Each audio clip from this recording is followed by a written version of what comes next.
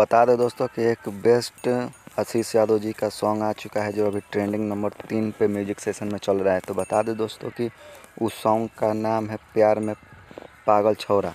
तो बता दें दोस्तों कि इस सॉन्ग को गाया है आशीष यादव और स्वीटी सागर ने। तो बता दें दोस्तों कि इस सॉन्ग में फीमेल एक्टर ज्योति आर्या और आशीष यादव जी नज़र आएंगे। और बता दें दोस्तों कि इस सॉन्ग को लिखा है अमन अलबेला। और इस सॉन्ग में म्यूजिक डायरेक्टर की बात करें तो पप्पू भाई ने इस सॉन्ग में म्यूजिक दिए हैं। और बता दें दोस्तों कि रिकॉर्डिंग नंदलाल यादव जी ने इस सॉन्ग को रिकॉर्डिंग किया है। और बता दें दोस्तों कि इस सॉन्ग को रिलीज किया गया है वेब म्यूजिक से। तो बता दें दोस्तों कि इस वीडियो डायरेक्टर की इस सॉन्ग की बात करें तो खुशी बाबू।